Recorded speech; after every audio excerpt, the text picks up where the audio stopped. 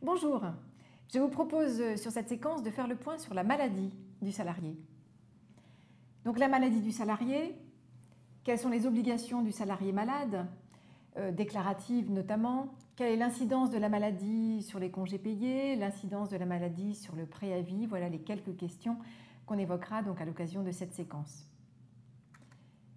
Voyons le cas pratique du jour. Alex travaille chez Imanet, donc l'entreprise d'Annabelle, et il a posé ses vacances du 1er au 31 août. Ces vacances ont été parfaitement validées par Annabelle. Le jeudi 30 juillet, il avertit Annabelle qu'il est malade. Donc il lui téléphone et bien sûr il lui fait part d'un arrêt de travail du médecin du 30 juillet au 15 août, donc du jour même jusqu'au 15 août inclus. Question, Annabelle doit-elle reporter les congés d'Alex? Il était censé prendre donc son mois entier de congés. Or, il a un arrêt de travail qui va jusqu'à la moitié de ses congés. Peut-elle considérer, Annabelle, qu'il n'y a pas de report de congé à faire vu qu'Alex devait être en congé pendant la majeure partie de son arrêt de travail? Pas simple comme question. Mais on aura la réponse, bien sûr, à la fin de la séquence.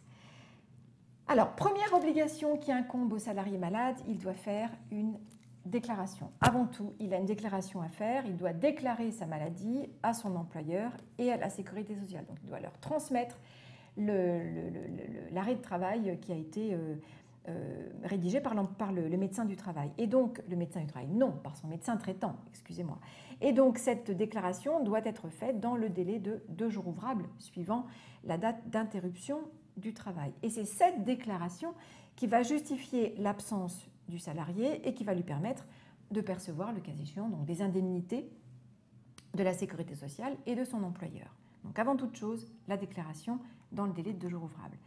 Quelles sont les autres obligations du salarié, cette fois-ci pendant l'arrêt? Alors pendant l'arrêt, bien sûr, le salarié doit suivre les prescriptions du médecin, se soumettre aux contrôles médicaux qui peuvent, le cas échéant, être organisés par l'employeur ou bien la sécurité sociale, respecter l'interdiction de sortie ou les heures de sortie autorisées comme cela figure sur l'arrêt de travail qui lui a été donné par le médecin et s'abstenir de toute activité sauf si le médecin lui autorise une activité.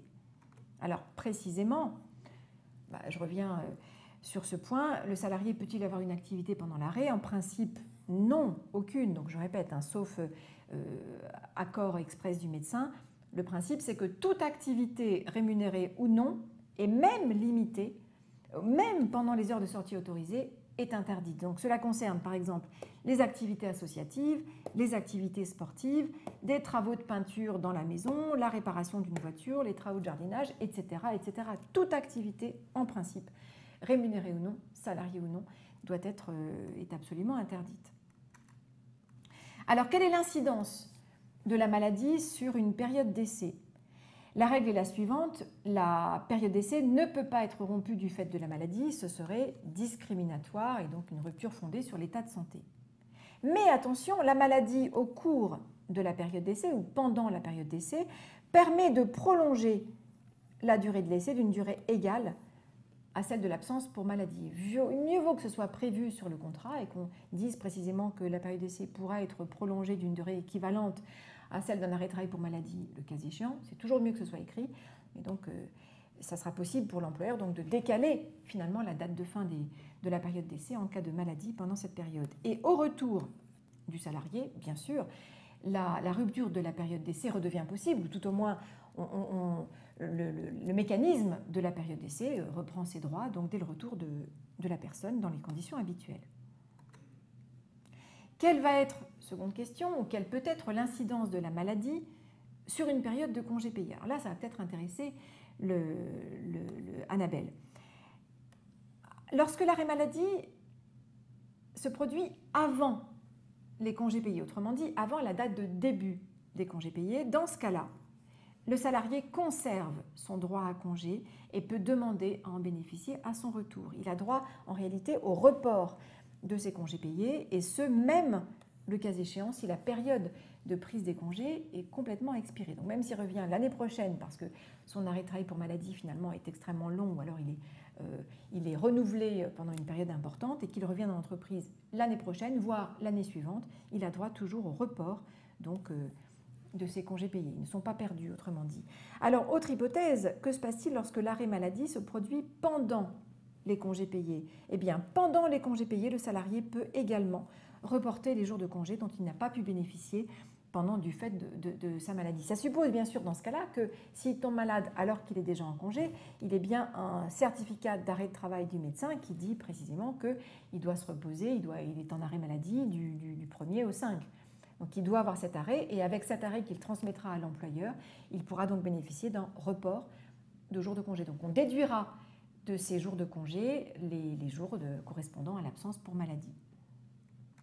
Autre cas de figure, quelle est l'incidence de la maladie sur une période de préavis?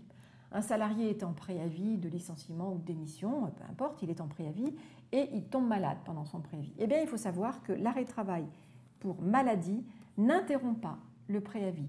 Donc le préavis ne sera pas prolongé, la date de fin du préavis ne sera pas prolongée pour tenir compte de la période d'absence. Le contrat donc s'achèvera à la date initialement prévue. Si l'arrêt maladie s'achève avant la date de fin du contrat, le salarié va revenir travailler, évidemment, comme normalement, sauf si l'employeur le dispense de revenir travailler et donc le dispense d'effectuer la fin de son préavis. Donc voilà quelques questions sur l'incidence de la maladie, sur des cas très concrets, très pratiques qu'on peut rencontrer très régulièrement dans les entreprises.